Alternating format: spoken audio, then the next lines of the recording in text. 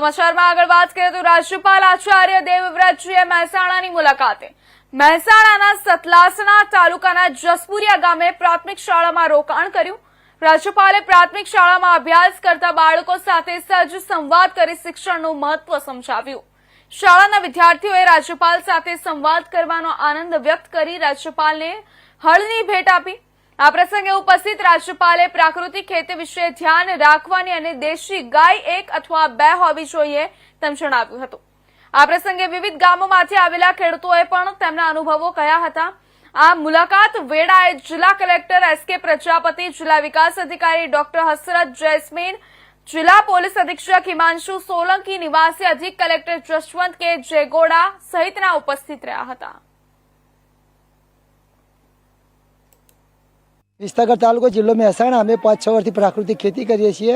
અમે રાજ્યપાલના ફોરમમાં બી મુલાકાત લીધી હતી આજથી 3-4 વર્ષ અગાઉ અને જોઈને આવ્યા પછી અમે અમારા ગામના ખેડૂતોને બી વર્કિંગ કર્યું કે આપણે પ્રાકૃતિક ખેતી શા માટે કરવી જોઈએ, પ્રાકૃતિક એટલે શું, એના માટે શું કે રાસાયણિક ખાતર અને ઝેરી જંતુનાશક દવાઓથી બીમારી નાના બાળકોને અટક કેન્સર ના થાય એના માટે પ્રાકૃતિક ખેતી જરૂરી છે અને ખેતી કરવા માટે રાજ્ય સરકાર જે રાજ્યપાલ દ્વારા અહીંયા પ્રોગ્રામ કરવામાં આવ્યો। આજે અહીંયા અમારા સતલાસના તાલુકાના જસપુરિયા ગામમાં માનનીય શ્રી રાજ્યપાલ સાહેબ શ્રી આચાર્ય દેવવ્રત સાહેબ અહીંયા પધાર્યા હતા।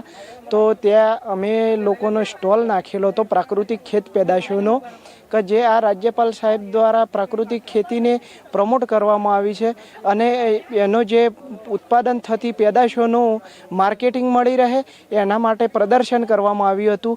અને અમારા અહીંના સતલાસના તાલુકાના તથા અમારા મહેસાણા જિલ્લાના તમામ ખેડૂતો પ્રાકૃતિક ખેતી કરતા થાય અને સ્વાસ્થ્ય પોતાનું જાળવી રાખીએ એના માટે માનનીય શ્રી રાજ્યપાલ સાહેબે અહીંયા બધાને માહિતી આપી અને બધા ખેડૂતોએ અહીંયા પ્રતિજ્ઞા પણ લીધી કે અમારો તાલુકો અને અમારો જિલ્લો સ્વસ્થ અને પ્રાકૃતિક ખેતી દ્વારા સારો બનાવીશું। આ રાજ્યપાલ સાહેબને અહીંયા એક પ્રાકૃતિક ખેતી વિશેનું એક અભિયાન ચાલી રહ્યું હતું, એમાં બધા ખેડૂતોને આમંત્રિત કર્યા।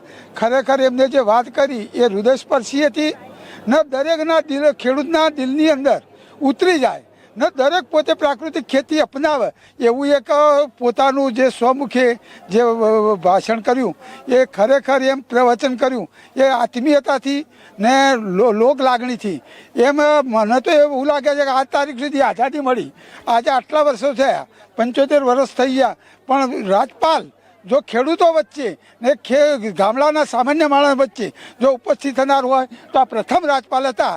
એટલે એમના ખરેખર લોકોને એટલો બધો એક આનંદ થયો ને લોકોનું એક સ્વાસ્થ્ય માટે ને એક સુખાકારી માટેની એક વાત કરવા જેવો માણસ નીકળ્યા છે તો એનો અમે આભાર માનીએ છીએ।